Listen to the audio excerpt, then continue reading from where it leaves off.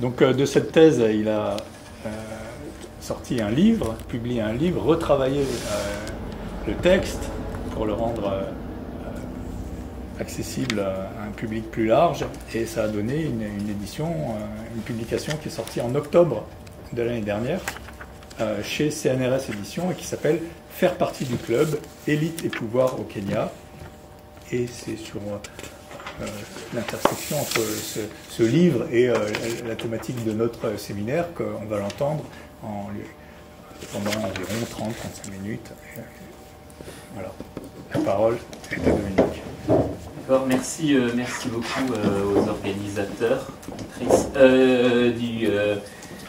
du séminaire de me convier aujourd'hui à présenter mon travail, qui effectivement est un travail en plusieurs temps, un travail qui est à l'origine de thèses de doctorat, une en histoire en sciences politiques, tu viens de le dire, et puis qui est devenu, au terme de 10 ans, un livre. Les accouchements sont parfois assez longs. Et donc, en fait, dont l'un des aspects, parce que c'est pas le seul aspect, mais dont l'un des aspects est effectivement, alors le legs colonial, bien entendu, et dans ce legs colonial, effectivement, la perpétuation, mais je dirais plutôt la recomposition, de formes d'assignation sociale qui ont trait à la race dans le Kenya contemporain. Pourquoi? Parce que ce travail de thèse, effectivement, il traite d'une institution issue de l'Empire britannique que sont les clubs, et qui ont joué dans l'histoire du Kenya, comme dans d'autres colonies britanniques par ailleurs, un rôle tout à fait central dans la formation de l'État et dans la formation des élites.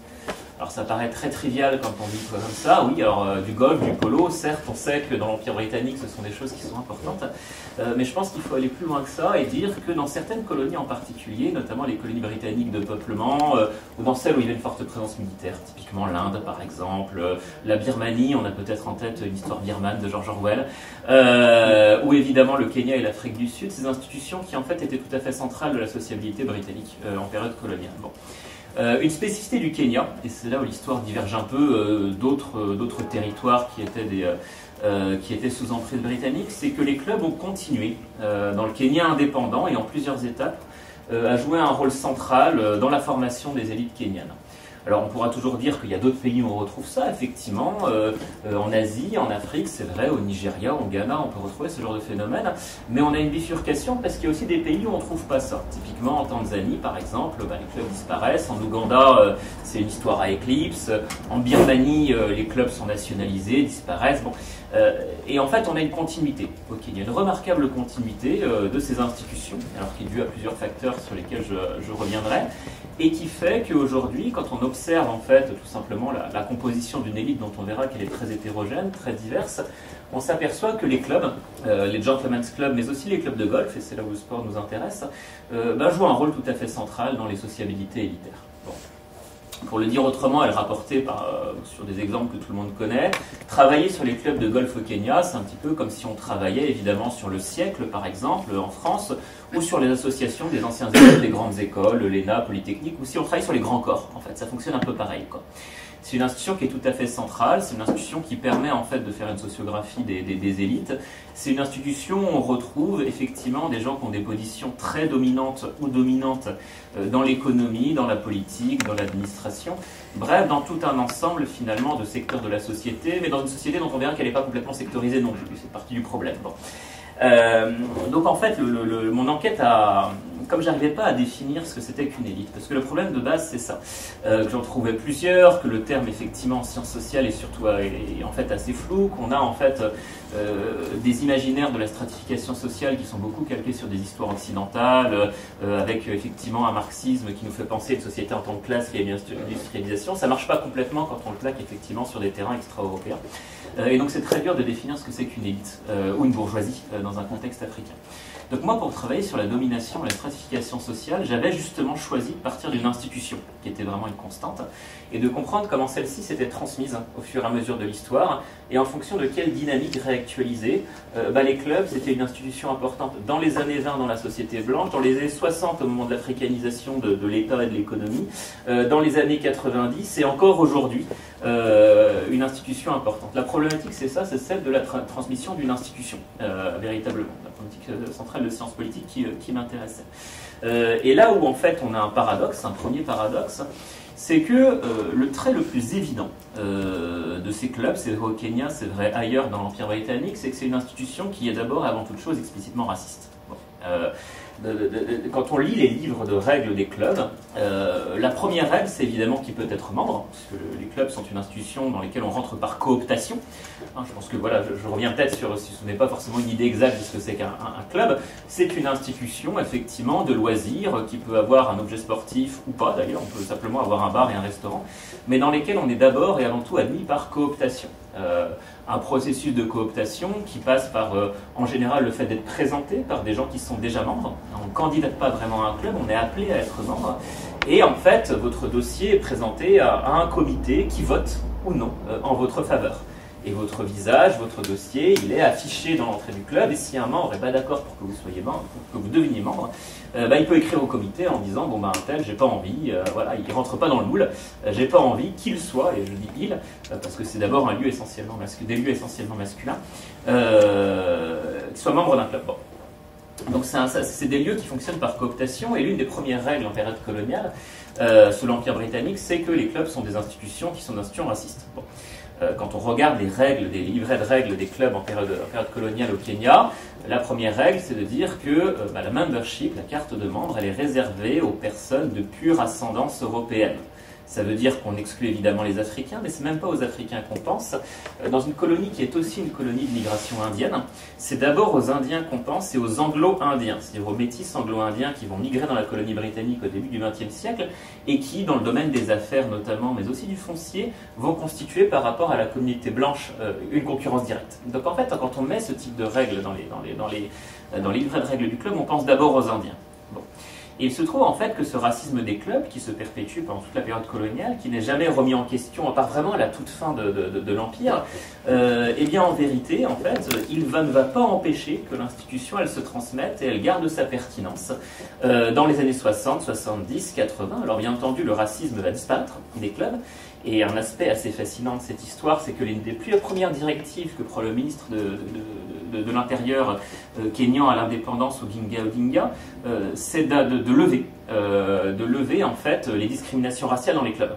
Le ministère de l'Intérieur, en fait, au moment de l'indépendance du Kenya, il prend plusieurs directives. La deuxième de ces directives, ce qui donne le degré de priorité et l'importance symbolique de ces institutions, c'est de dire en fait il faut cesser la discrimination raciale dans les clubs. On est désormais un pays indépendant, national, et donc par conséquent, les clubs doivent cesser toute discrimination raciale en leur sein. Bon. Ça ne veut pas dire qu'on interdit les clubs, mais ça veut dire qu'on interdit le racisme. Donc ça veut dire aussi qu'on reconnaît l'importance des institutions pour la formation de l'élite, qu'on reconnaît son importance dans la sociabilité, pour tout un ensemble de raisons. Alors, je ne vais pas revenir sur le temps défile déjà, mais sur l'histoire du Kenya colonial. Mais en fait, on s'aperçoit qu'on ne peut pas véritablement s'en passer. Ça ne veut pas dire qu'il ne va pas avoir des débats au Parlement, je crois dans les années 1980, sur la pertinence de ces institutions, qu'on accuse parfois des institutions de l'étranger, ou des institutions en fait qui ségrèguent une partie de l'élite du reste de la population. Alors c'est problématique. Néanmoins, les clubs n'ont jamais été sérieusement remis en question dans ce pays et restent aujourd'hui dans des institutions très importantes. Les 2/3 du gouvernement aujourd'hui sont membres en fait de clubs de golf dont j'ai la liste de membres, ça veut dire qu'il y en a probablement plus qui sont membres.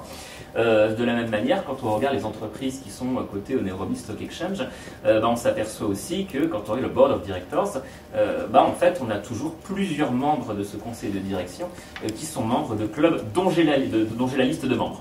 C'est-à-dire pas tous les clubs. Donc, ce qui donne aussi une importance dans les positions dirigeantes de cette institution. Bon, quand on est dominant, on est souvent, pas toujours, mais on est souvent golfeur, souvent membre d'un club au Kenya. Bon, c'est ce qui permet d'objectiver un peu l'importance de l'institution. Donc, premier paradoxe, la transmission par-delà la colonisation d'une institution raciste. Bon. Un deuxième paradoxe, qui est moins évident en fait, c'est que les clubs, évidemment, je viens de le dire, sont une institution qui est très importante dans les classes dirigeantes kenyanes. C'est quelque chose qui est souvent revendiqué. L'histoire du régime Kibaki, c'est aussi l'histoire en fait d'une clique et d'un homme qui deviendra président de la République pendant près de 10 ans, Mwai Kibaki, au Kenya, qui se présente en fait comme quelqu'un qui doit une partie de son histoire personnelle au Golfe. Mwai Kibaki était président de la République kenyane, mais il a aussi été président pendant plus de 30 ans de la Kenya Golf Union, et il est caricaturé dans la presse avec un fer de golf à la main, symbole de la modernité, symbole, pour cet économiste de la LSI, de l'ancrage du pays, de sa trajectoire personnelle et donc de la trajectoire nationale qu'il incarne en tant que président, à une modernité qu'il s'agirait de raccrocher au tournant des années 2000. Bon. Donc c'est une institution importante pour toute une partie des classes dirigeantes kenyanes, et en même temps, et c'est ce que révèle une enquête, cette fois-ci ethnographique, sur ces clubs, c'est qu'en fait, les clubs sont en vérité des lieux très inconfortables. Pourquoi? Parce que, je l'ai mentionné brièvement tout à l'heure, mais les élites kenyanes sont en vérité un groupe social qui est très hétérogène. Sur des lignes qui sont, alors de toute évidence, ethniques, si on entend bien que l'ethnie n'est pas évidemment une propriété biologique, mais plutôt une propriété sociale. C'est l'inscription dans des réseaux de patronage en compétition pour l'accès à des ressources collectives, notamment le foncier, mais aussi l'accès à l'État. Et en fait, cette appartenance, elle peut jouer un rôle effectivement qui est assez majeur dans les clubs, j'y reviendrai. C'est aussi un club où la race là aussi comme propriété sociale, c'est-à-dire la manière dont, en fonction de votre accent, la manière dont vous vous habillez, la manière effectivement dont votre phénotype est traduit par un collectif de personnes, et ben, elle assigne évidemment des personnes à une position sociale, c'est-à-dire à être africain, européen, comme on dit au Kenya, ou mzungu, ou indien. On dit aussi Asians en anglais. Bon. Et cette tripartition raciale, qui est héritée de la période coloniale, elle s'est réactualisée dans le Kenya contemporain, et elle est très visible, on va le voir, dans l'espace des clubs. C'est-à-dire que quand on rentre dans un club, dans un moment de sociabilité commune, l'une des premières choses qu'on voit, c'est cette tripartition. Elle est littéralement visible. Asiatiques, européens, africains ne se fréquentent pas au sein d'un même club. Bon. Et donc en fait, il y a là aussi un mystère de cette division profonde sur des critères biologiques socialisés, ou plutôt sur une biologisation du social. On pourra revenir sur ces discussions-là, qui jouent un rôle très très fort dans l'espace des clubs. De manière très visible aussi, quand on enquête à l'intérieur de ces clubs, on s'aperçoit que la sociabilité des clubs, elle est très fortement marquée par les appartenances générationnelles également. C'est-à-dire que être jeune ou être plus âgé dans l'espace des clubs, c'est quelque chose qui se dit, et on va le voir, qui est réparti, ou quoi, qui influe sur la distribution des pratiques sportives, sociales, le déplacement également dans l'espace des clubs. On voit que les clubs sont des espaces en fait assez complexes qui permettent des déplacements et une pluralité de sociabilité. Et la génération, ça compte évidemment énormément. De manière beaucoup plus classique aussi, la sociabilité des clubs, je l'ai dit, c'est une sociabilité qui est traditionnellement masculine, en tout cas en Grande-Bretagne. Et les controverses qu'on a aujourd'hui sur les clubs de Londres traitent de leur ouverture aux femmes, beaucoup, jusqu'à l'été dernier, si vous êtes Guardian, le Garrick Club de Londres, une controverse assez forte sur le fait qu'il était encore réservé aux hommes et que ça posait peut-être problème dans la société britannique contemporaine.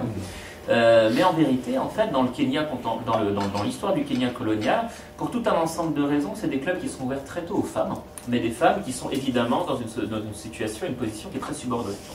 Donc il y a des femmes dans l'espace des clubs, en minorité, mais qui sont évidemment toujours victimes d'une subordination, de tout un ensemble de pratiques, de discours, d'assignations, qui les subordonnent évidemment dans l'espace des clubs. On y reviendra aussi.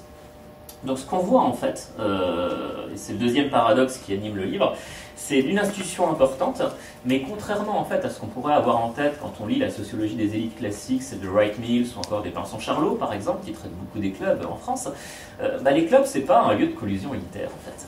C'est ça qui est assez stupéfiant, c'est pas un lieu où l'élite s'organise par exemple, c'est pas un lieu où elle prend conscience de son unité, c'est exactement l'inverse au Kenya, et j'ai tendance à penser que ça peut l'être dans d'autres pays, c'est au contraire en fait un lieu où les élites prennent conscience de leurs différences.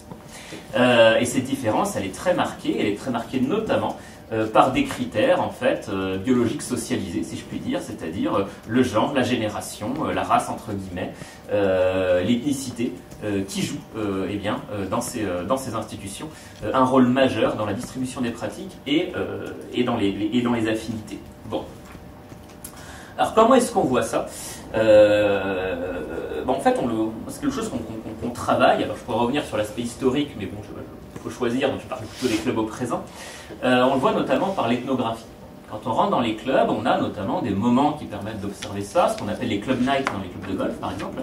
C'est-à-dire qu'une fois par semaine, les membres se réunissent dans le club, souvent en milieu de semaine, le mercredi, le jeudi. Il y a en général un tournoi de golf l'après-midi, mais c'est surtout le soir que tout le monde vient.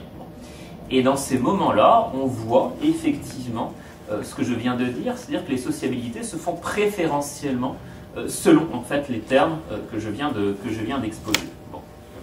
Ce que je veux dire par là, par exemple, c'est que la question de la race, elle est visible dans la plupart des clubs. Quand on va au Karen Country Club, par exemple, qui est un des clubs les plus prestigieux de Nairobi, qui est situé en fait à Karen. Karen, pourquoi? Parce que c'est les anciennes plantations de café de Karen Blixen, qui sont devenues ensuite une banlieue. On a construit un golf, et donc c'est des banlieues chics de Nairobi aujourd'hui.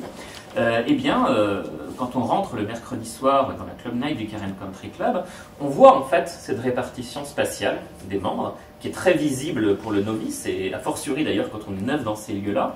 C'est qu'on a en fait, au fond, à droite du bar, un coin avec des fauteuils en cuir, qui est réservé, implicitement réservé, à ce qu'on appelle les MZ ou le Chairman's Corner. C'est comme ça qu'on l'appelle. C'est-à-dire ce sont les anciens présidents du club et leurs amis. C'est-à-dire en fait c'est la première génération des Africains à être rentrés dans les années 70 dans le club, qui sont implicitement les seuls à avoir le droit de s'asseoir là-bas. Donc on y trouve bien entendu Mwai Kibaki, l'ancien président de la République, alors il est mort récemment, mais c'était un de ses coins réservés. On y trouve des grands patrons kenyans, des Jogo Roge, Richard Kemoli, le patron des cimenteries par exemple, Jeremia Kireni, patron des brasseries kenyanes. Bref, en fait, des gens qui, dans l'industrie, dans l'économie kenyane, ont des positions très dominantes. Qui sont des gens qui, à l'époque de l'enquête, c'est-à-dire une dizaine, une quinzaine d'années, avaient déjà 70 ou 80 ans. C'est la génération de l'indépendance, en gros, qui est dans ce coin-là. La table d'à côté, l'autre carré de fauteuils en cuir, ce sont leurs enfants. Bon. Au moment de l'enquête, des trentenaires, quadragénaires, qui sont là, seuls entre hommes, autour de cette table. Et puis, en fait, la table d'à côté, ce sont les expatriés.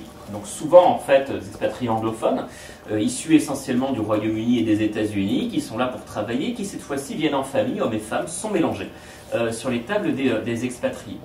On a en fait des tables de femmes, et on a en fait, le long du comptoir, les white Kenyans, c'est-à-dire en fait, les Kenyans, mais les Kenyans qui sont en fait des descendants de colons, et dont les parents sont devenus en fait Kenyans, ont choisi la nationalité à l'indépendance. Ce qu'on appelle en fait, dans le Kenya contemporain, des KC, pour Kenyan Citizen, ce sont les Blancs qui ont choisi de devenir Kenyans à l'indépendance, et on s'est aussi associé en fait à un terme péjoratif qui est ici pour Kenyan Cowboys, parce que ce sont souvent des gens qui sont très investis dans la conservation des ressources, parce qu'ils ont des terres et peu de capital économique par ailleurs, et donc ce sont des gens qui ont des ranchs, qui sont effectivement des gros Range Rover, et qui ont en fait ce style de vie, en quelque sorte, entre guillemets, de cow-boy, à travers lesquels on les stigmatise en général. Et donc en fait au Karen Country Club, on voit très bien justement cette partition en fait en génération, par couleur de peau, des assignations qui sont très très fortes dans l'espace du club et qui orientent les affinités, la distribution de la parole dans un moment qui pourtant est commun. C'est un bar qui doit faire 2 fois la taille de cette salle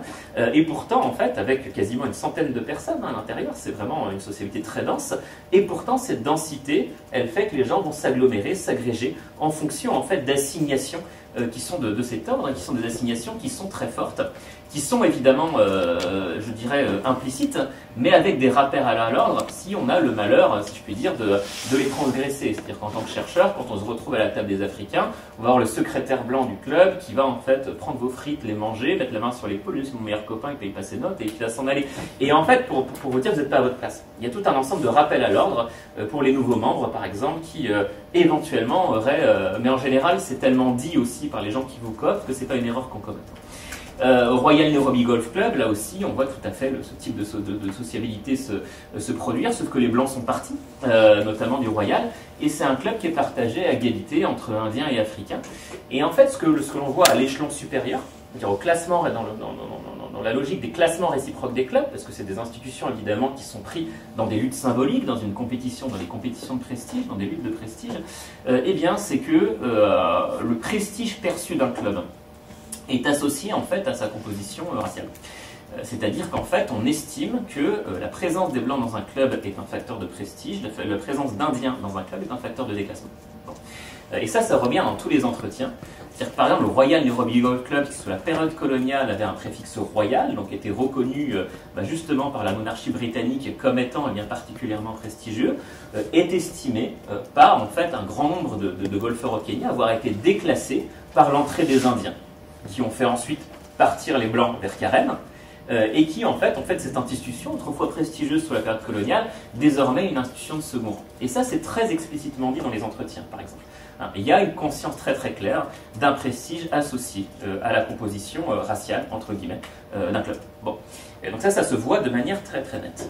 Il y a des choses que l'on voit aussi dans la distribution des pratiques, c'est-à-dire qu'il y a toujours une recherche d'entre-soi, alors qui est toujours justifiée dans les entretiens par des gens qui vous disent de toute façon, qui se ressemble s'assemble, et donc en fait il n'y a pas de racisme, on est simplement avec les gens avec qui on est à l'aise.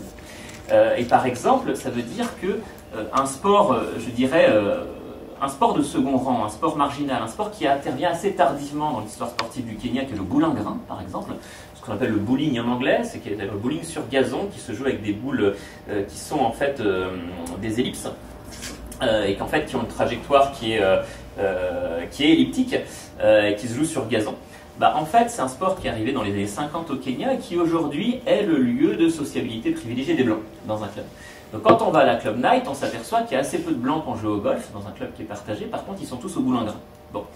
Et quand vous allez à la Club Night, par exemple la Limuru Country Club, les Blancs ils restent entre eux dans la salle de restaurant qui communique en fait par une grande porte avec le bar, mais ils ne se mêlent pas aux Africains qui sont dans le bar. Quand on leur dit mais pourquoi vous n'allez pas avec les Africains, en fait pour leur remise des prix, ils disent we are not part of that thing. Bon. Et on a vraiment en fait quelque chose qui ne se dit jamais comme du racisme, mais qui se dit vraiment comme une conscience très claire qu'on fait partie d'un groupe effectivement racialisé et qu'on doit rester entre soi, et ça influe énormément sur la distribution des pratiques, en l'occurrence des pratiques sportives, mais aussi des usages de l'espace. Bon. De la même manière, en fait, alors le boulingrin aussi à Karen, c'est une pratique effectivement de blanc.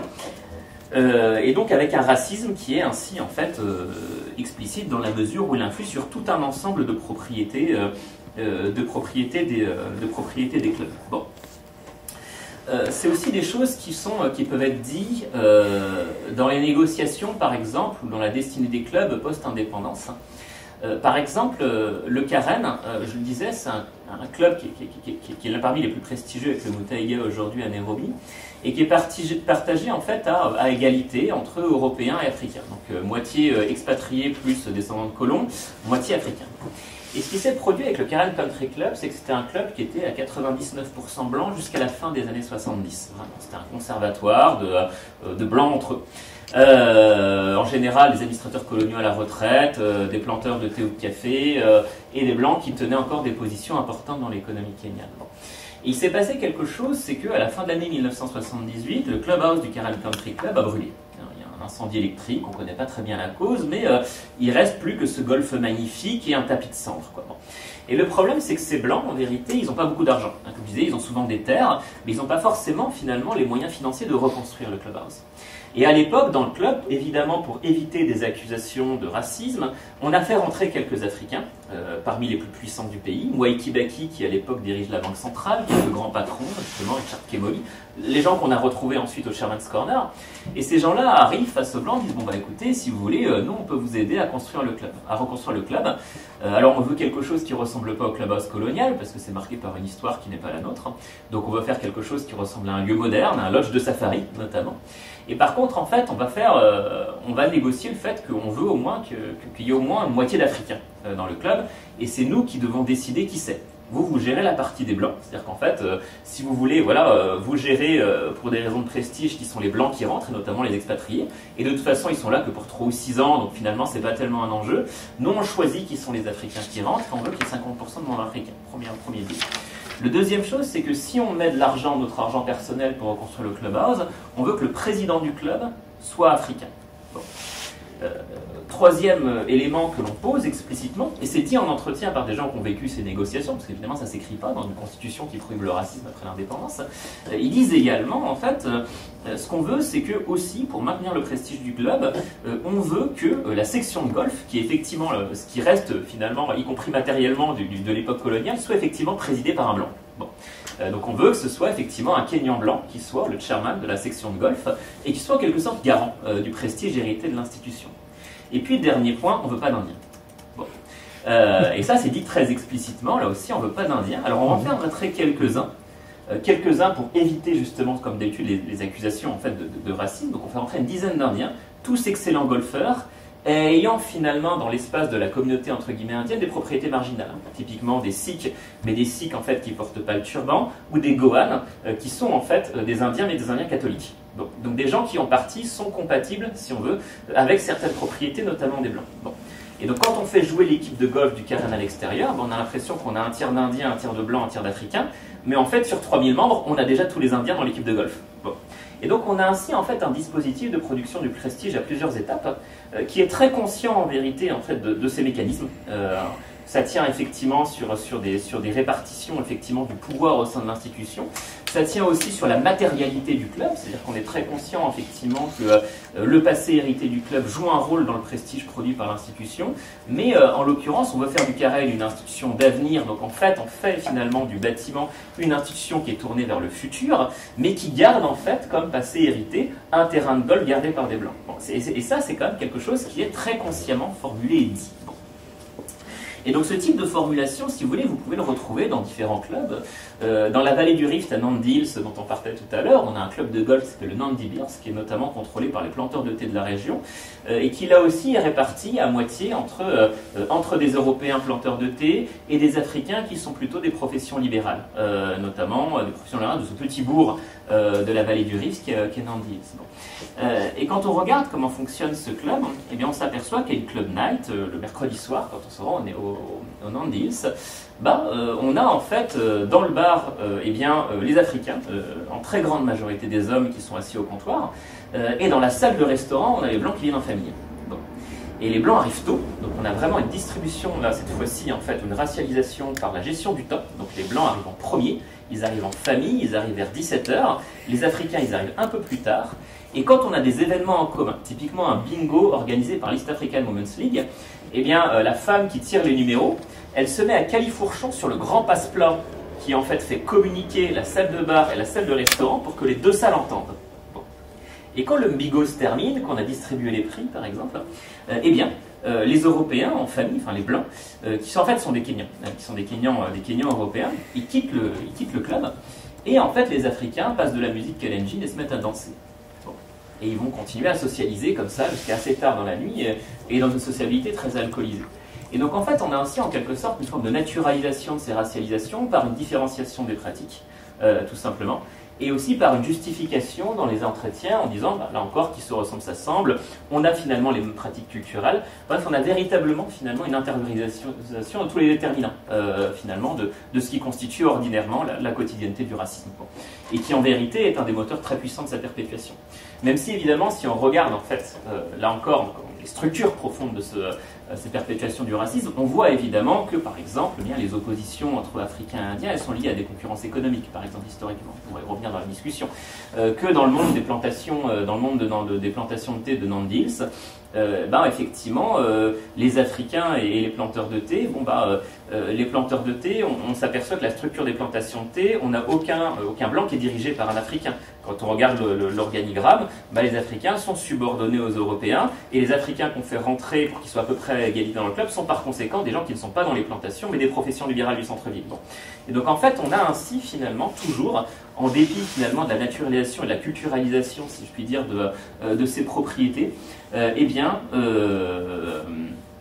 des structures économiques, des structures politiques qui en vérité soutiennent très fortement cette racialisation de la sociabilité élitaire. Bon.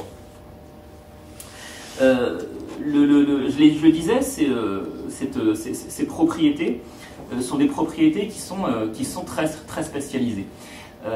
L'un des éléments importants de la démonstration, c'est de montrer qu'en fait les clubs ne sont pas des lieux effectivement d'une élite homogène, et ce qui permet ça, c'est, et on le voit déjà quand je parle par exemple du bar du Karen Country Club ou du Nandi Bears en deux salles, c'est que les clubs sont toujours des lieux dont l'architecture n'est pas une architecture de la fusion élitaire, mais plutôt une architecture de l'évitement des élites.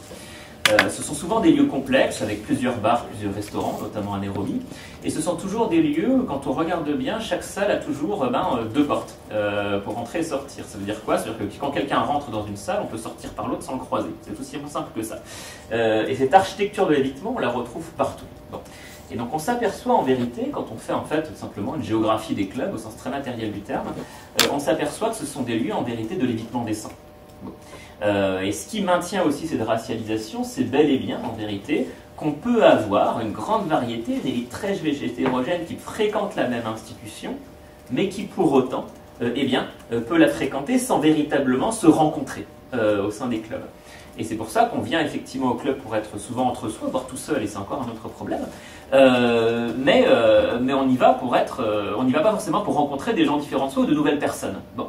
Et ça vient contredire, ça je crois, en fait, un certain nombre de présupposés en sociologie des élites qui feraient là encore des clubs, des lieux d'organisation, de collusion des élites, parce que ce qu'on observe, c'est précisément en fait que les clubs sont des lieux de réinvention de la différence, de l'évitement des saints, et de l'organisation et du maintien même de ces différences, au-delà de la période coloniale. J'arrive à 30 minutes, j'ai beaucoup d'autres choses à dire, mais je m'arrête là pour laisser la place à la discussion. Non, mais ça c'est... Bravo. Laisser la parole à l'Assemblée. Peut-être que je commence parce que comme j'ai eu le plaisir de lire et de présenter ta communication, je m'octroie ce droit de poser la première question avant de donner la parole à la salle. Alors j'ai toute une série de questions, je vais essayer de ne pas toutes les faire. Tu montres bien dans ton texte que les rencontres entre clubs sont l'occasion de monter des équipes multiraciales dans le sport ou multiethniques. Et alors que la sociabilité du club, elle, est beaucoup plus cloisonnée, comme tu viens de le rappeler. Donc à l'intérieur de cette économie un peu complexe de division raciale, de ségrégation entre race, ethnie, âge et sexe, comment se déroule le passage au monde sportif? Il y a deux temps du monde sportif. Il y a le temps, si je puis dire, proprement parler, amateur, celui du loisir, celui effectivement de la partie de golf en interne dans le club, où là la sociabilité est hyper préférentielle. C'est-à-dire qu'en fait, même si dans une club night, c'est au capitaine qui est censé tirer au sort les foursomes qui sont censés en fait jouer ensemble, en vérité le tirage est à peu près systématiquement truqué pour que les gens jouent ensemble avec des gens avec qui ils ont envie de jouer. À Carène notamment, il est très fréquent que les gens demandent au capitaine de revoir leur tirage. Bon. Et donc en fait, on n'a pas cette mixité, par exemple, qui se joue dans l'amateurisme d'un tournoi au sein même du club. Quand les clubs jouent par contre, en revanche, dans la ligue de Nairobi, les uns contre les autres, c'est un peu différent. Il y a une production d'une identité de façade. Mais les clubs, c'est aussi tout ça. C'est comment, en fait, on a une institution duale qui est capable de produire une façade institutionnelle, unitaire, prestigieuse, alors que, grosso modo, c'est le bazar à l'intérieur. Et ça, c'est un mécanisme assez général des clubs. C'est un opérateur d'inversion. Là, effectivement, on a une unité qui se produit, quelque chose d'assez homogène, et qui se produit d'une manière assez différente d'un club à l'autre, en vérité, et qui fonctionne plus ou moins bien. C'est-à-dire, par exemple, au Royal Nairobi Golf Club, donc ce club qui est divisé entre Africains et Indiens, on va jouer énormément sur le ressort de la masculinité. Dans un tournoi qui s'appelle le Tana Shield, par exemple, qui est le tournoi de Pâques, qui est le tournoi le plus prestigieux amateur du Kenya, l'équipe du Royal, en fait, ils vont avoir alors c'est des hommes assez jeunes, c'est un tournoi qui est exclusivement masculin. Ils vont avoir une sociabilité qui va être très viriliste, très explicitement viriliste. C'est-à-dire qu'il va y avoir un discours du capitaine qui va être là, qui va traiter les adversaires de pussies, et en fait ils vont boire beaucoup, ils vont se sortir fort ensemble, et puis en fait à la fin ils vont se faire massacrer dans le tournoi, mais ça c'est encore une autre histoire. Mais en fait il y a vraiment une union par le virilisme, vraiment, par un discours de masculinité hégémonique qui s'impose à tous, même si tout le monde n'est pas forcément individuellement à l'aise avec ça, c'est ça qui est intéressant. Mais ce qui cimente la sociabilité du Royal, c'est vraiment un masculinisme très fortement exprimé, y compris quand on a des femmes, mais c'est vraiment un machisme qui est vraiment débridé et qui en fait soude la communauté des membres. Tu as dit femmes, est-ce qu'il y a des femmes dans les sports?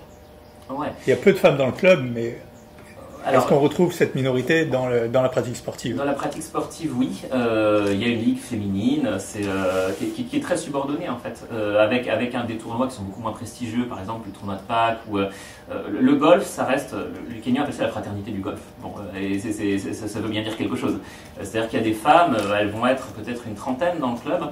Il y en a beaucoup qui n'osent pas venir justement du fait de cette ambiance très machiste, parce que, et c'est ce que je montre notamment quand je décris le Tanail Shield, c'est que c'est un monde effectivement qui est très sexualisé, alors ça dépend d'un club à l'autre, hein, mais qui est très sexualisé dans la manière justement, on a cette sociabilité, on va avoir un banquet le dimanche par exemple, et le principe de ce banquet, donc on boit beaucoup, et chaque capitaine de chaque équipe de golf va faire une blague quand le repas est bien avancé, à la tribune. Et la blague, évidemment, elle n'est pas innocente. Ce sont des blagues dites de golfeurs, c'est-à-dire effectivement des blagues qui sont outrancières, qui sont obscènes, ou la figure de l'Australien qui est en fait la figure de la vulgarité dans le monde anglophone en vérité.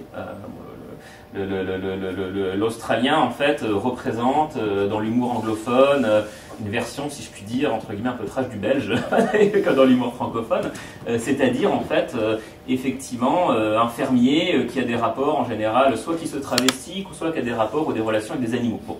Et donc en fait essentiellement une grande partie de l'humour de golfeur mobilise la figure de l'Australien, du travesti et ses moutons ou ses cochons. Et beaucoup de blagues tournent autour de cette thématique inépuisable semble-t-il. Et la sociabilité des golfeurs, en vérité, est très structurée par ça.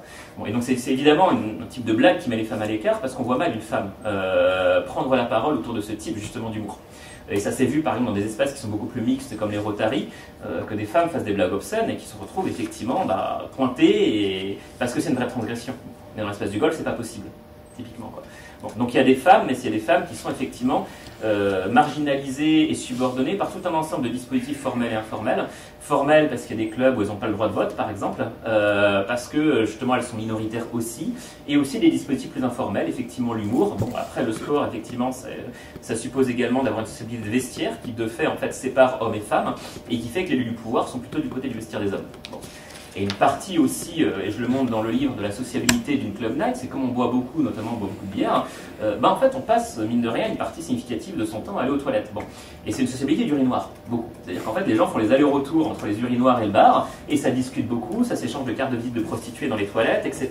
C'est beaucoup ça la sociabilité de golfeur. Et ça, de fait, c'est une sociabilité qui est ségrégée par le genre. Bon. Et en fait, tout ce type de mécanisme-là informel cimente un lieu qui est dominé par les hommes et qui met les femmes à part. Ok. Dans cet univers très racisé, comme tu le montres, bien ségrégué, où les races sont bien séparées, est-ce qu'il y a une biologisation des compétences sportives identique à ce qu'on a en milieu Kalenjin avec les coureurs qui sont persuadés qu'ils ont quelque chose dans leur corps qui les rend physiquement différents des autres, et qu'un non-Kalenjin ne va pas affronter un Kalenjin simplement parce qu'il est persuadé de ne pas avoir...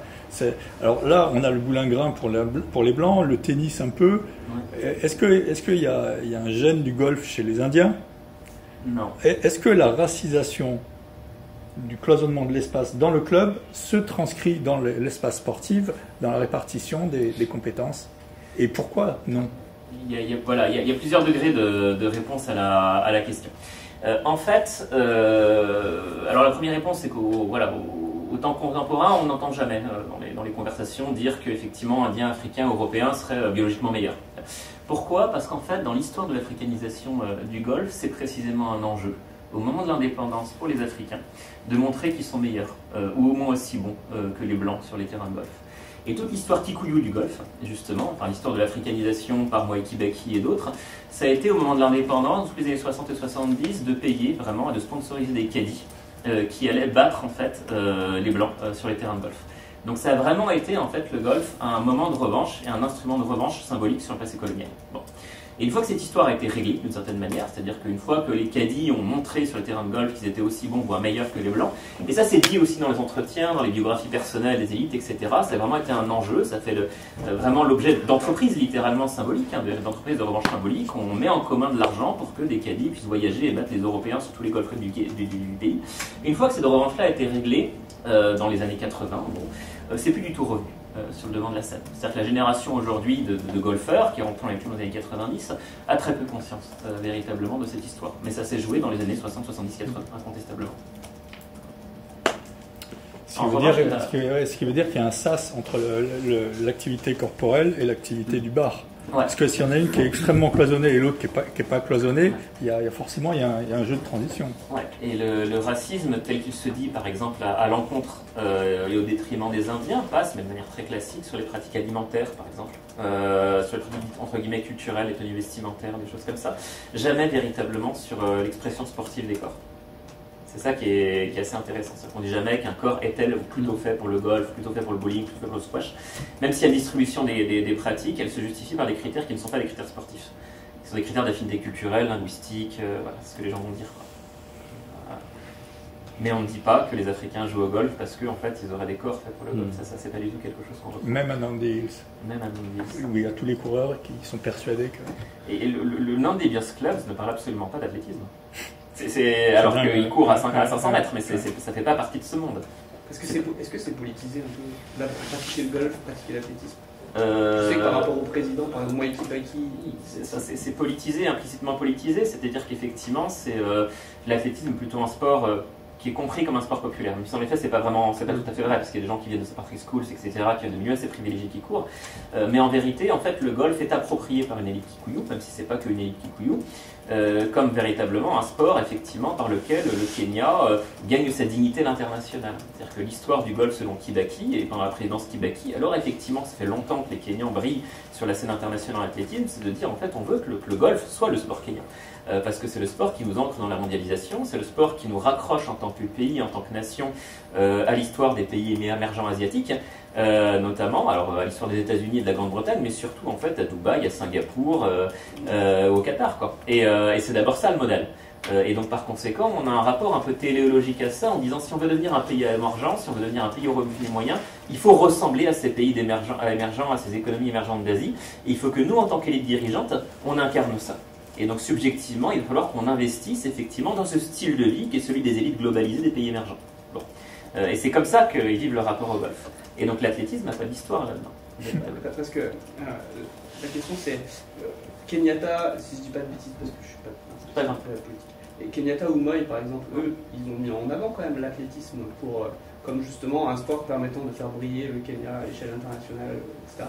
Est-ce que et du coup les gens qui pratiquent le golf ne sont pas du tout sensibles à cet aspect-là? Ouais, Kenyatta ou Moi, mais vraiment en le mettant aussi à distance, quoi, véritablement. C'est-à-dire que c'est jamais un sport qu'ils ont pratiqué eux. Alors que Mwai Kibaki, c'est un golfeur, et c'est quelqu'un qui se présente comme un golfeur. Comme les grands patrons kenyans se présentent comme des golfeurs. Ils disent que c'est vraiment important pour eux, que c'est quelque chose de tout à fait central dans leur vie. Quand on lit la biographie de Duncan Ndegwa, qui était président de la Banque centrale pendant une dizaine d'années, la biographie de Duncan Ndegwa, en fait, c'est sur 300 pages, il y en a 50 qui parlent du golf. Pour un président de banque centrale, c'est quand même assez étonnant, parce que c'est extraordinairement important pour lui, quoi. Il est véritablement dans la construction symbolique de soi. Véritablement, en tant qu'élite, le golf joue un rôle central. Donc on peut faire effectivement de l'athlétisme une politique publique, mais ça reste un secteur de politique publique, au même titre, par exemple, que l'eau ou les infrastructures du pays, pourquoi pas, oui, c'est une politique de développement parmi beaucoup d'autres. Et c'est comme ça, je pense, qu'un Kenyatta ou un Moi verrait les choses. Bon. Par contre, pour un Kibaki, c'est l'histoire de soi et c'est la manière dont on s'affirme en tant qu'élite. Et là, on a vraiment une histoire de classe qui passe par le golf. Et de justification dans une société qui est très inégalitaire. Parce que je ne l'ai pas complètement dit aussi clairement, mais ce qui explique vraiment la transmission des clubs et du golf dans le Kenya contemporain, c'est la grande stabilité des structures, évidemment, du colonialisme, donc une économie capitaliste, donc une société très inégalitaire, et des Blancs qui restent suffisamment longtemps pour transmettre le sport, sur la durée, sur l'africanisation du golf, elle dure quasiment 30 ans au Kenya. C'est pas du jour au lendemain des Africains qui rentrent et qui héritent d'institutions qui sont laissées vides. C'est une africanisation ou une ouverture qui est très incrémentale en vérité, qui est très choisie et qui dépend beaucoup d'un club à l'autre aussi. Chaque club et chaque territoire du pays a véritablement une histoire singulière par rapport au golf. Donc c'est très lié à des histoires locales aussi, granulaires. Mais qui sont liées beaucoup effectivement à l'histoire de la formation des élites locales et nationales, très nettement, quoi. Là où en fait parler d'athlétisme avec Moi ou Kenyatta, c'est parler de politique publique, parler de golf à Mwai Kibaki, c'est parler effectivement de la formation d'une classe sociale. C'est un truc plus central, quoi. Et d'affirmation de soi, et de dignité, et de la trace qu'on laisse. Alors, pour prolonger ce qui a été dit, peut-être une question qui s'adresse à d'autres spécialistes de la salle. Sur l'athlétisme en particulier, il y a depuis quelques années de plus en plus de coureurs européens qui viennent au Kenya justement pour s'entraîner dans des camps spécifiques. Est-ce que donc c'est des acteurs, je pense, qui ont moins de capitaux, en tout cas qui ne correspondent pas à ce dont tu viens de parler en termes de prestige et d'élite. Est-ce que cette segmentation, cette fragmentation dont tu parles dans le golf, on la retrouve dans ces camps d'entraînement en athlétisme avec une fragmentation, un cloisonnement entre athlètes blancs et européens et athlètes noirs, et qu'est-ce que ça dit plus largement de cette cohabitation d'une élite athlétique? Est-ce qu'en dehors des entraînements, justement, il y a un brassage qui se produit ou pas? Cyril, on était à Iten au même moment en 2018. Et Benoît a travaillé sur le... Mais, moi, mon avis peut-être là-dessus, c'est qu'en fait, les Européens qui vont courir au Kenya, en fait, se mélangent pas tant que ça aux populations locales et vont pas dans les camps réellement d'athlètes kenyans. Ils vont plutôt aller dans des comment dire, des structures un peu justement socialement élitistes parce qu'elles sont inaccessibles pour les Kenyans, parce que c'est des hôtels, plus des hôtels que des camps, quoi. Et en fait, parfois ils vont partager quelques séances, mais ça, je suis pas sûr qu'il y ait vraiment. Ouais, il y a des camps pour touristes, voilà, sportifs, comme toi et moi. Et il y a des camps qui sont tenus par des agents avec des équipementiers, des équipes médicales, et eux, ils n'ont pas pignon sur rue, on ne les trouve pas, on ne les connaît pas, on ne les voit pas. On voit les gars courir, mais on ne localise pas les camps, ils sont très secrets. Et dans le camp de Gianni de Madonna. Ouais, voilà, bon. Et qui sont des structures très hiérarchisées aussi, en plus, fait, avec un leader qui est en général souvent anglophone parce qu'il est internationalisé, mais en fait les autres c'est beaucoup plus dur de communiquer quand on parle pas l'andi par exemple. Et c'est une manière de voir cette ségrégation là aussi, c'est que même les Français par exemple qui tiennent le Ronix Center à Iten ou les gens qui organisent des camps, en fait ils parlent pas un mot de Swahili et leur anglais est pas foufou non plus, quoi. Ouais. ça dit bien quelque chose aussi. Et le Swahili c'est pas forcément la clé pour courir avec les Kalenjin, il vaut mieux parler Kalenjin. Et eux, ils se protègent des intrusions de non-Kalenjin en changeant de langue. C'est-à-dire qu'avec nous, ils parlent anglais. Quand il y a un autre Kenyan qui n'est pas Kalenjin qui vient, quand ils veulent communiquer, ils parlent Swahili. Et puis quand ils veulent qu'ils ne sachent pas, ils passent dans leur langue. Donc les infos telles que tel manager vient d'arriver, il y a une compétition à tel endroit, ou il y a une prime à Dubaï, ça ne se passe pas ni en anglais ni en Swahili. Les bons tuyaux, ils restent ethnicisés. Et pour l'élite, par exemple, les internationaux français qui vont au Kenya via la Fédération française d'athlétisme, les stages, par exemple, moi j'avais rencontré l'organisateur de ces stages, il m'avait dit en fait, on va là-bas, on se met dans un hôtel, on prend des pacers, c'est-à-dire des Kenyans locaux qui vont mener l'allure dans les séances, mais en fait ils ne se mélangent pas du tout au groupe parce qu'ils ont peur de se cramer en fait. Ils ont peur de ne pas réussir à tenir l'intensité des entraînements, le rythme élevé, etc. Donc finalement, c'est plus un entre-soi, profiter des ressources locales. Il me dit, nous on va là-bas parce qu'il y a pas un gros décalage horaire, il y a de l'altitude et il y a des payseurs. C'est vraiment l'altitude qui prime en fait. Ouais. Il y a un espèce de fantasme. Tu peux t'acclimater. Mais les rares Kenyans qui acceptent de courir avec des blancs, en général, ils se mettent eux-mêmes un gros coup de pression pour les cramer. C'est-à-dire qu'il faut, sur le premier entraînement, donner tout ce qu'on peut. Et ils ne donneraient pas autant à un entraînement normal s'il n'y avait pas un blanc derrière. Donc il y a toujours ce jeu de... Alors, j'avais une dernière question, mais peut-être... Non, vas-y aussi. J'en ai posé plein. Ouais, sur la différence entre racisé et racialisé. C'est-à-dire, tu vois, on ségrègue... Le club fait bien des ségrégations spatiales, par activité, par table, il y a des portes, des couloirs. Ok, mais il n'y a pas la notion de hiérarchie. La notion de hiérarchie, tu en parles uniquement entre clubs. Ouais. Alors, comment est-ce qu'une ségrégation à l'intérieur du club ne se traduit pas par une hiérarchie à l'intérieur du club? Ouais, c'est une excellente question, effectivement. C'est avec Gilles Laurenceau qu'on avait beaucoup parlé de ça. On était comme assez d'accord sur le fait qu'il n'y a pas de différenciation sans hiérarchisation. Parce qu'on est membre du même club. Ouais, mais aussi parce que les hiérarchies sont... Enfin, la partition égale est instable. C'est pour ça qu'on a des compromis. C'est-à-dire qu'au Carène, on est à 50-50 en fait, mais on a toujours en vérité des conflits de pouvoir. Alors j'en parle dans d'autres parties du livre, par exemple, mais il y a beaucoup de tensions entre la moitié européenne, enfin, la moitié blanche et la moitié africaine, par exemple, et d'où en fait une bureaucratisation de leurs relations. C'est-à-dire qu'on voit au Carène un constitutionnalisme de club voir le jour. C'est-à-dire en fait une spécification des pouvoirs et de la place de chacun, qui n'est jamais dit en termes raciaux, mais qui en fait régule de plus en plus finement que ce que sont les pouvoirs du président de la sélection de golf, du président du club, du secrétaire du club. Pourquoi? Parce qu'en fait, chaque parti accuse toujours l'autre d'abus de pouvoir. Ce qui montre bien en fait que l'égalité, elle n'est pas égale, elle est instable. Bon, c'est un moment de l'histoire du club. Et c'est un moment qui a été négocié. Bon.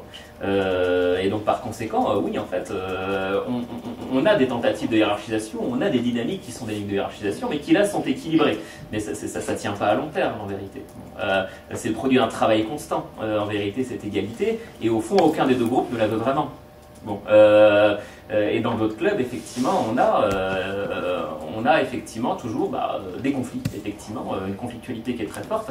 Je ne vais pas insister là-dessus, enfin, je l'ai dit de manière euphémisée, Adam dit les gens s'évitent, mais en fait, c'est souvent des conflits ouverts, en vérité, quoi.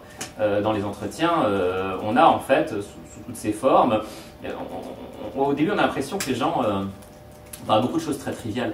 On va au Mombasa Club et en fait quelqu'un va vous parler pendant 3 quarts d'heure, hein, vraiment dans un entretien en disant mais en fait voilà je discute avec un Français établi voilà, qui présidait CMA-CGM au port de Mombasa et il va me parler 3 quarts d'heure par exemple de son ami lui aussi européen expatrié qui a voulu aller lire les journaux ailleurs que dans le bar parce que les Africains avaient décidé de faire une représentation théâtrale à côté du bar, quoi.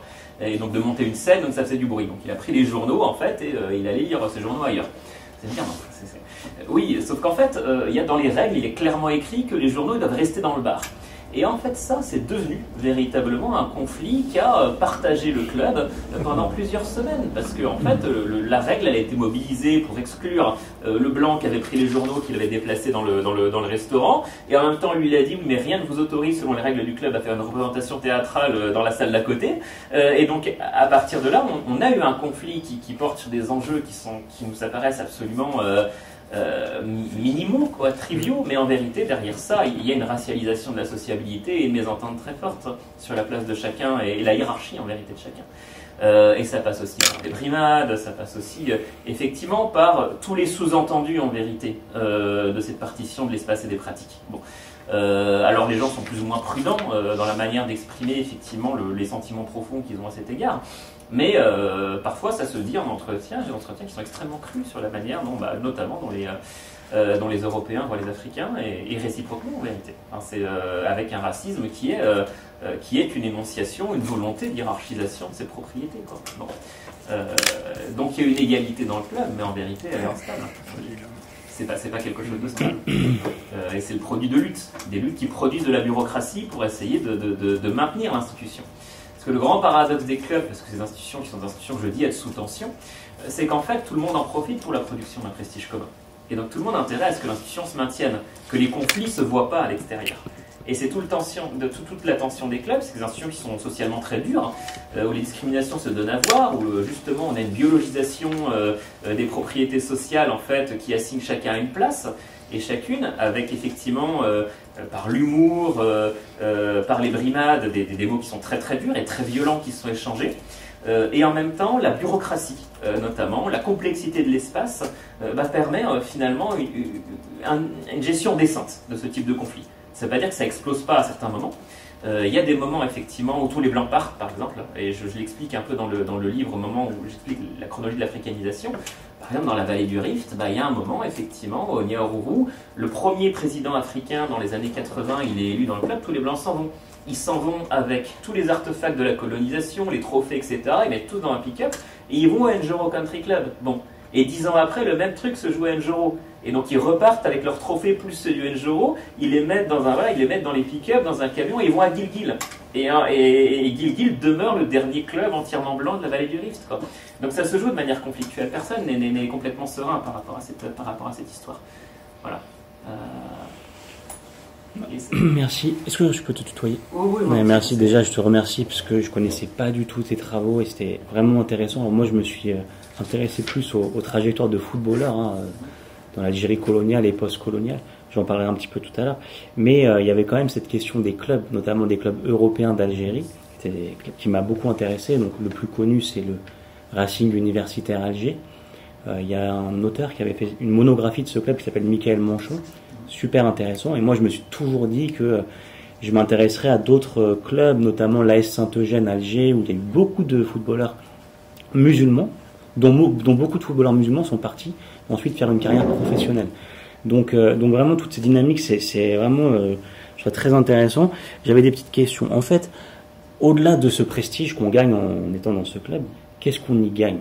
Parce que visiblement, tu nous parles, il y a beaucoup de coûts sociaux, de conflits, de hiérarchisation, puisque tu nous l'as dit, c'est un lieu où les élites prennent conscience de leurs différences. C'est pas un lieu où on va faire, si j'ai bien compris, c'est pas un lieu où on va faire du business en fait, c'est plus que ça. C'est de faire du business en dehors, oui.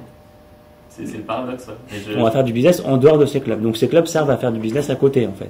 En fait, même pas forcément. C'est tout simplement, en général, les gens avec qui on fait du business, qui sont déjà membres du club, on les connaît à l'extérieur, et c'est plus facile de faire des affaires et de parler des affaires, tout simplement dans des centres d'affaires, au bureau ou dans un grand hôtel. Donc on fait rarement. Enfin, ça arrive qu'on fasse du business au club, mais c'est relativement rare en fait. Okay. De la manière, il arrive qu'on fasse de la politique, mais je vais y venir. Je vais répondre à ta question d'une manière.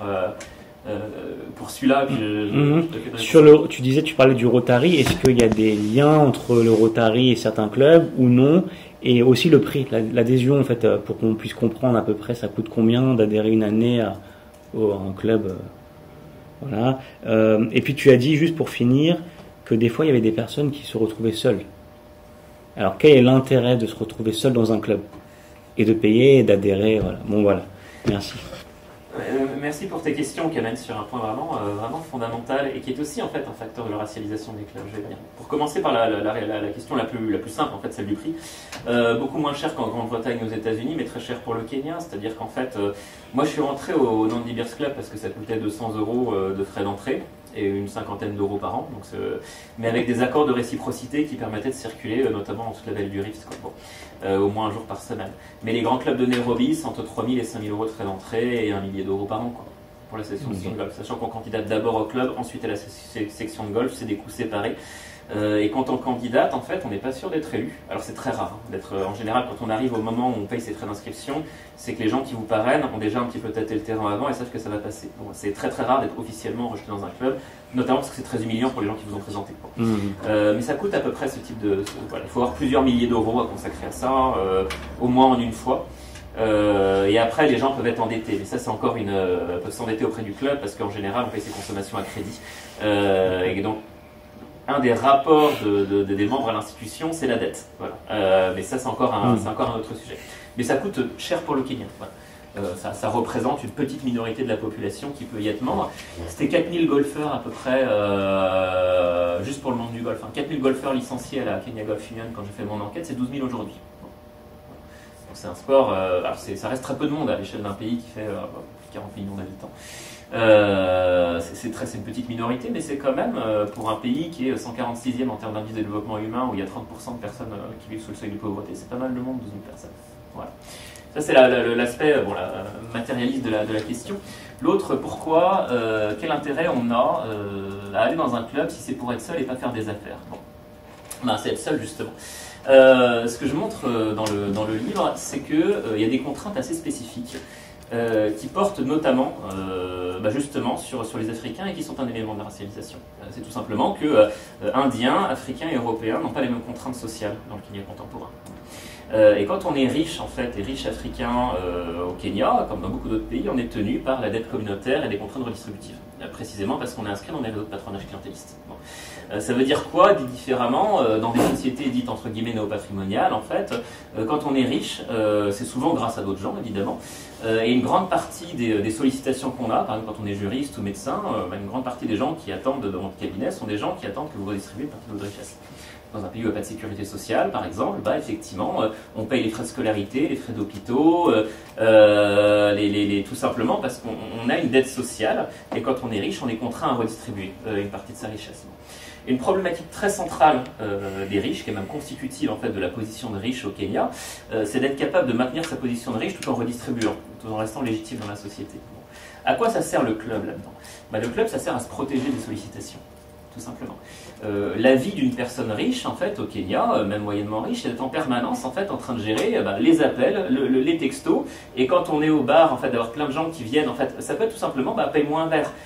Mais quand vous êtes juriste, la moitié des gens qui attendent dans votre cabinet, en fait, c'est des gens qui viennent demander du fric, en fait. Et les gens vous disent ça, ils vous disent en fait je fuis mon village.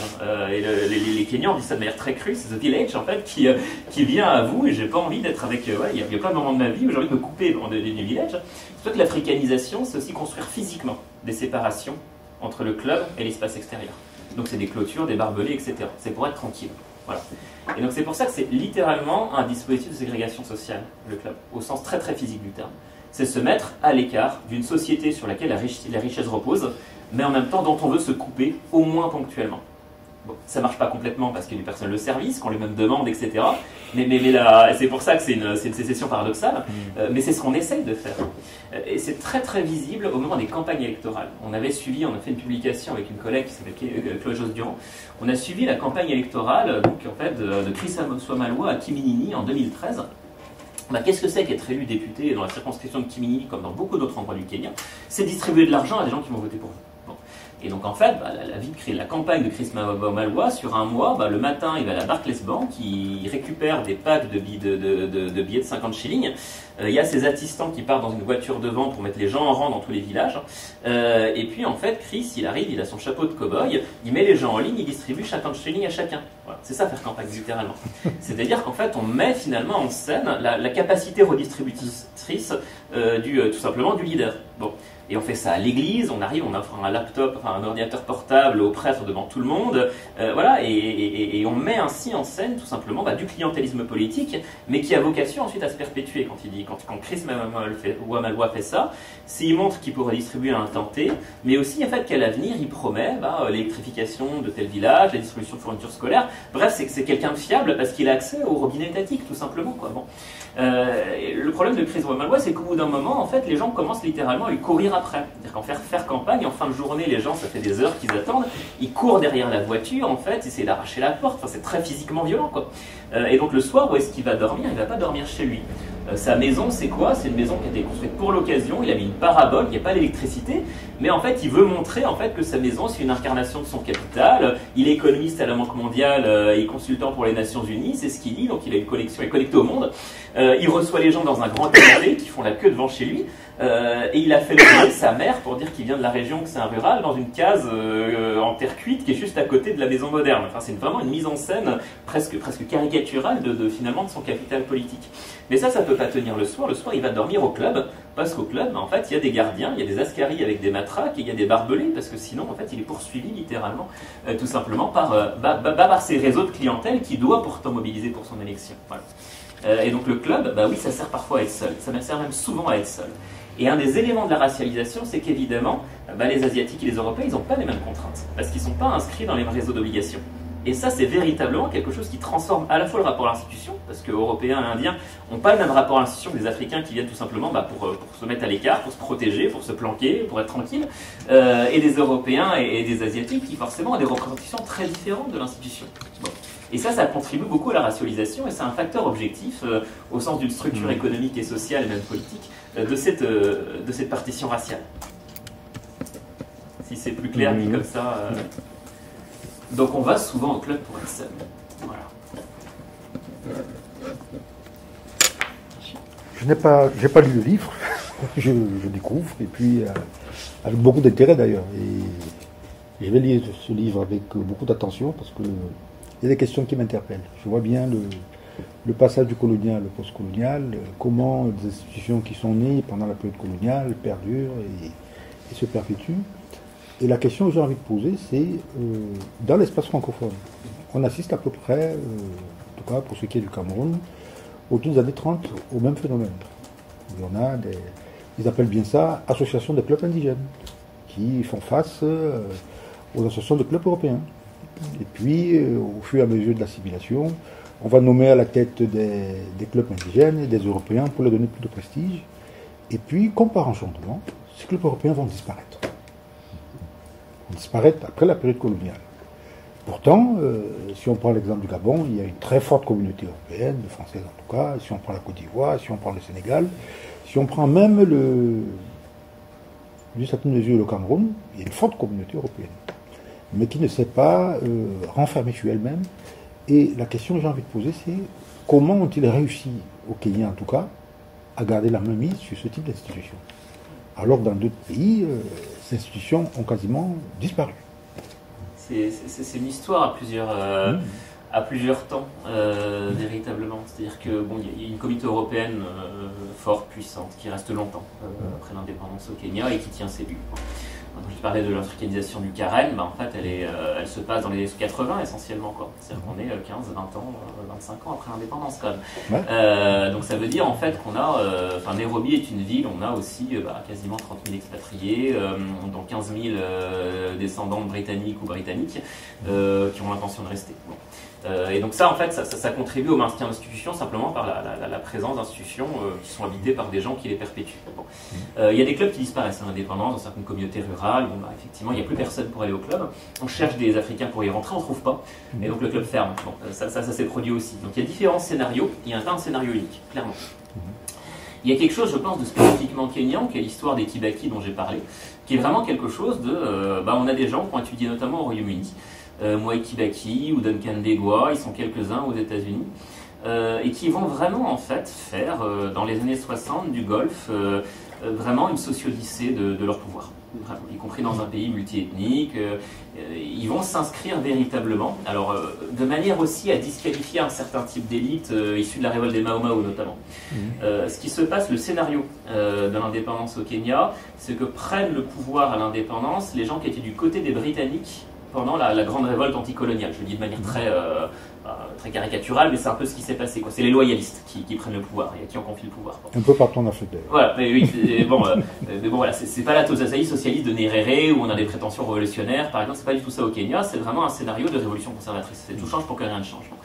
Et une manière d'énoncer son pouvoir, et ils sont intimement convaincus de ça, c'est même pas nécessairement une stratégie. C'est que, effectivement, des Charles Njonjo, dont Jean-François Médard a fait la biographie, qui commande ses costumes en Angleterre, même ses œufs, paraît-il, et qui se promenait à cheval, effectivement, sur ces terres de KBT, qu'il appelait le KBT Sharia. En fait, c'est une manière de produire une socio-odyssée élitaire dans un pays où il n'y a pas de culture élitaire commune. Là aussi, c'est une configuration de beaucoup d'États postcoloniaux, mais dans un pays où il y a finalement au moins 42 traditions dirigeantes et énonciations du pouvoir, faut trouver une culture nationale.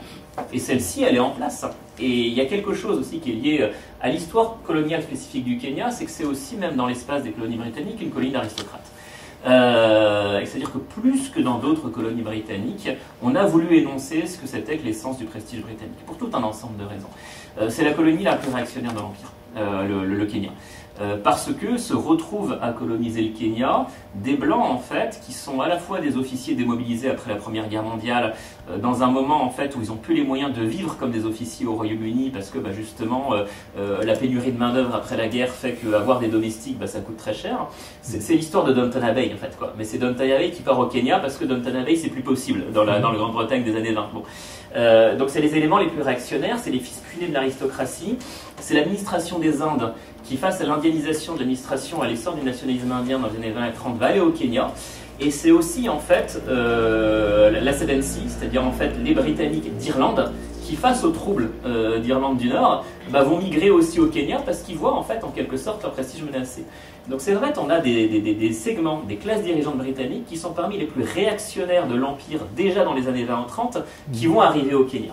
Et ça en fait la colonie qui est la plus réactionnaire de l'Empire, la plus explicitement raciste de l'Empire, déjà dans les années 20 et 30, avec une volonté très très forte d'énoncer ce que c'est que ce prestige, et notamment parce que on a une vraie dissociation entre ce que veut cette communauté de migrants blancs et ce que veut l'administration coloniale, qui est quelque chose de différent. L'administration coloniale, elle ne sait pas quoi faire du Kenya.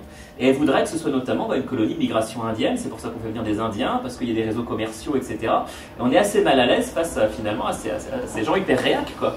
Et le Colonial Office a beaucoup de mal à trancher. Et donc par conséquent, il y a un vrai volontarisme de la part des colons blancs du Kenya de dire en fait c'est à nous en fait cet endroit. Et on veut l'imposer véritablement comme une colonie, comme un dominion blanc, dans lesquels on va pouvoir réaliser une utopie pastorale et réactionnaire qui est plus possible en Europe, en Afrique du Sud compromise, en Inde, le joyau de la couronne non plus. Donc on va faire ça au Kenya, voilà. Et on le fait et on énonce en fait ce prestige, pas véritablement par rapport aux Africains, mais contre les Indiens et surtout par rapport au colonial office, bon, et aux classes dirigeantes britanniques. Donc c'est les éléments les plus réactionnaires de l'Empire qui s'énoncent déjà dans une tradition inventée de ce que c'est qu'en fait la britannicité aux colonies. Et c'est pour ça qu'on surinvestit le golf, qu'on surinvestit le polo. Alors en plus, on se ruine aux colonies, parce que c'est une colonie qui est peu rentable comme beaucoup d'autres. Mais on va jouer au polo sur des mules, par exemple. Enfin, il y a des choses presque grotesques, en fait, qui se jouent de ce point de vue-là. Donc en fait, c'est aussi pour ça que les clubs jouent un rôle très important, parce que c'est le cœur de l'énonciation d'une blanchité comme étant vraiment un lieu de supériorité culturelle, quoi. Et c'est pour ça que ça devient des lieux de focalisation pour une élite africaine, en fait, qui cherche le pouvoir et qui voit bien que c'est un attribut central du pouvoir. Et ça l'est aussi de manière très pratique, hein, c'est pas que symbolique, c'est-à-dire que pendant longtemps, la seule infrastructure, qui n'est pas une infrastructure publique, mais la seule infrastructure collective qu'on a au milieu des communautés de colons, c'est le club. Ça veut dire que jusqu'en les années 40, on va rendre justice dans les clubs, c'est des magistrats itinérants qui font les procès dans les clubs. Ça veut dire aussi que les réunions politiques, elles ont lieu dans les clubs, que les associations de planteurs, les associations de fermiers se réunissent dans les clubs. Donc en fait, c'est des lieux qui, effectivement, sont des lieux absolument centraux pour la formation de l'État. C'est une institution privée et raciste, mais enfin l'État, elle incarne complètement en fait un pouvoir d'État et sa formation. Et donc ça fait de cette institution qu'on retrouve certes partout quelque chose de particulièrement présent dans l'histoire du Kenya, et ça en fait un nœud qui focalise évidemment dans une logique de conquête du pouvoir et de transmission de l'État l'attention des Africains qui sont des Africains loyalistes, qui veulent prendre le pouvoir à l'indépendance, et donc une des institutions de ce pouvoir, c'est le golf. Merci Dominique. C'est passionnant, mais le temps tourne. Est-ce qu'on garde les questions? On peut garder. Moi aussi j'avais plein de questions. Ouais, peut-être on donne la parole à Stan et puis on est là jusqu'à 17h. Hein. Mais sinon. Bien sûr, t'inquiète. On garde les questions pour après. Et oui, ça vous va? Ouais. C'est pas grave, je suis frustré, mais c'est pas grave.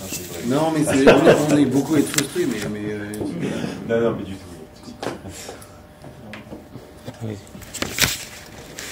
Merci en tout cas. Merci. Oui, on ouvre une deuxième session de questions. Exactement. D'accord. Partagez, commentez, abonnez-vous, car enseigner, c'est répéter.